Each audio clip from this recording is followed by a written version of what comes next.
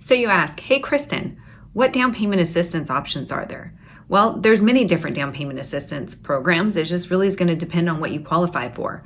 Some of them are loans that you have to repay whenever you sell or refinance the home in the future. Some are grants where you don't have to pay the money back. Some are grants where it's if you are in a property for, so much time you keep that property, then it's forgivable money. So there's different programs that are eligible based on your qualifications, depending on what your income is, if you're a first-time buyer. It does always need to be your primary residence, and it doesn't necessarily mean that it has to be the first home that you ever bought.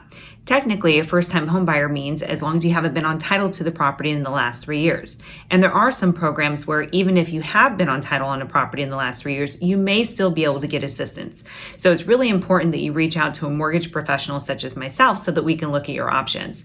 The most talked about down payment assistance recently is a new one that is called the Forgivable program, which says as long as you've been in the property for at least 5 years, after the 5 years, 10% of the purchase price, which is what they're going to give you to use as a down payment and or closing costs, is then forgivable. So it's pretty massive amount. It's one of the bigger amounts that have been out there for down payment assistance. The caveat to that is there is income restriction. So depending on where you're purchasing, you're maxed at a certain income amount. So in Sacramento or Placer County, you're just over 81,000 is your max combined income that's allowed for the program. And then depending on other counties, it may be less or more depending on where you are. So we'll have to look at that specifically.